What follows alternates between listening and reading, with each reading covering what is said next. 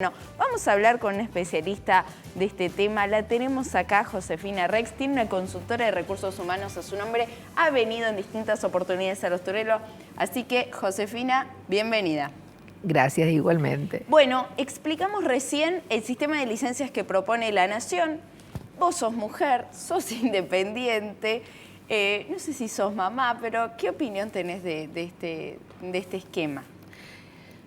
Bueno, le he prestado un poco de atención a cada una de las licencias y creo que no está mal que tratemos de mejorar la calidad de vida, la calidad de trabajo. Lo que creo es que tal vez no es el tiempo para esto cuando tenemos un nivel de desocupación altísimo. Entonces, seguir pensando en licencias y en francos cuando en realidad no tenemos trabajo, y bueno, es como cuando alguien pide pan y vos le das agua, y pide pan y vos le das agua. No vas a tener nunca conforme a una masa de población con esto, porque en realidad lo más importante en este momento es poder elevar el índice de ocupación y el empleo. El índice de ocupación. Está muy bajo, digamos que no se ha recuperado después de la pandemia todo lo que se perdió. Tu consultora que se encarga de la contratación externa a las empresas, ¿está viendo esta caída? Es decir, directamente no te consultan las empresas para contratar empleados. Las empresas este año 2022 ha sido un poco mejor que lo que hemos vivido el año pasado, ni que hablar comparativamente con el 2020.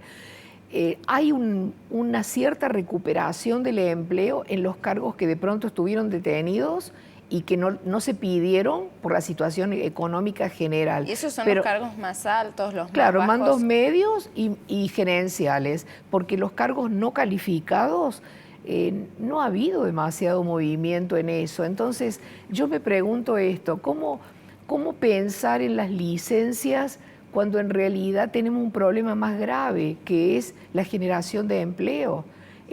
Creo que lo primero es empezar por ahí, y cuando fijemos un límite, no lo quiero poner yo, cuando fijemos que la desocupación está en un determinado nivel y podemos pensar en una mejora en las condiciones de trabajo, entre ellas las licencias. Claro, en el caso de aquellas personas que son autónomas, que este esquema prevé una especie de asignación que el Estado debería dar a las personas autónomas, por caso monotributistas.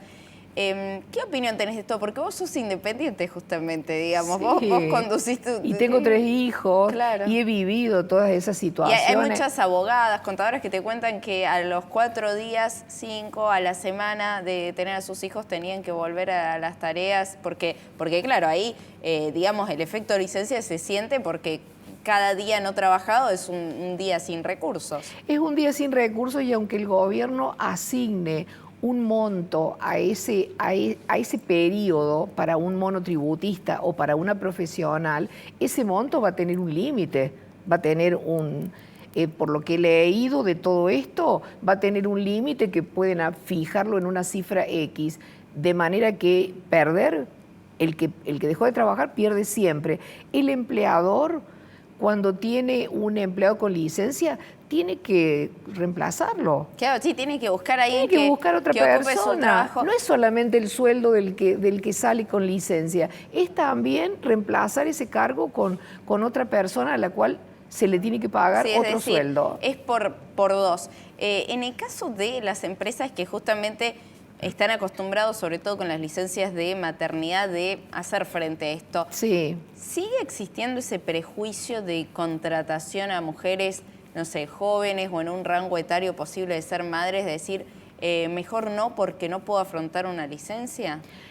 Menos que antes, menos que antes. Creo que lentamente, digamos, las empresas en general han ido aceptando que forma parte, supongo que eso también ha influido en la asignación que el gobierno paga por las licencias por maternidad, ¿no es cierto? Pero no obstante eso, siempre genera, si vos tenés 2 personas trabajando en tu empresa, parejas, no importa si están casadas o no. Eso es verdad, si tendrían en este caso la licencia ambos. Digamos. tendrían la licencia ambos, con lo cual serían 2 lugares de trabajo.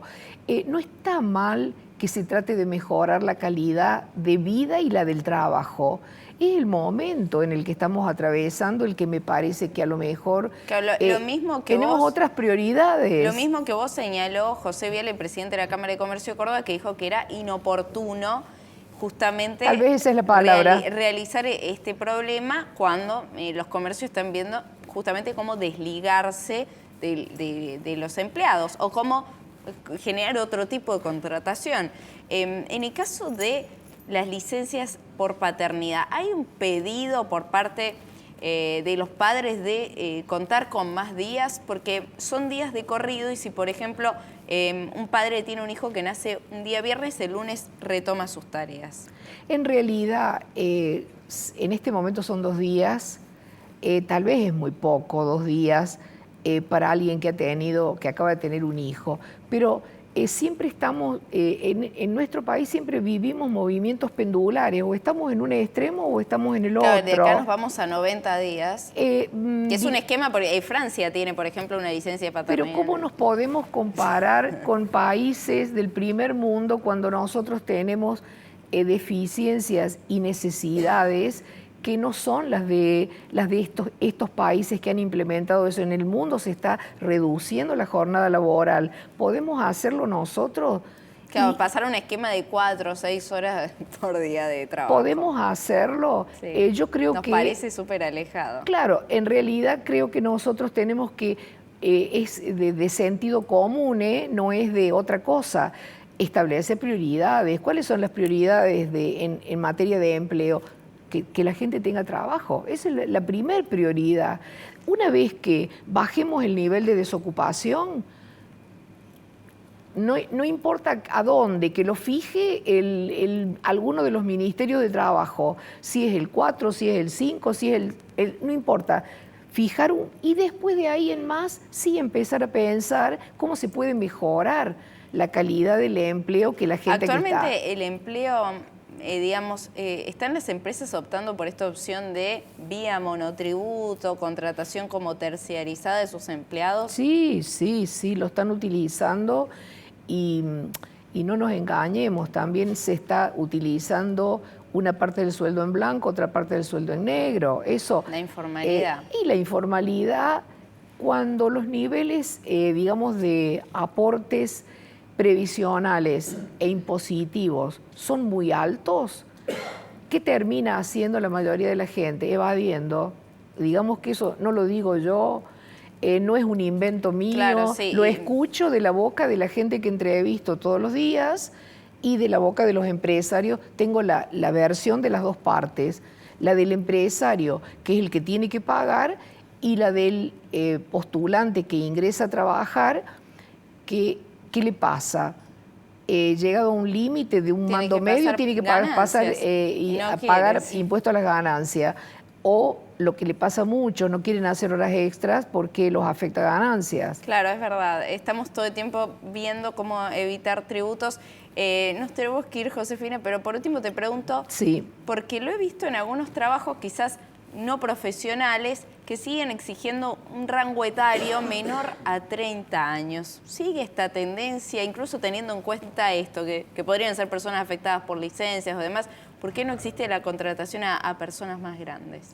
Y en realidad... que hay desocupados. Se ha subido un poco el rango de edad, se ha subido un poco, entonces hoy por hoy se busca gente de más de 40 años, digamos que hasta 50 años, en líneas generales. En los cargos gerenciales por ahí, claro, un poco más.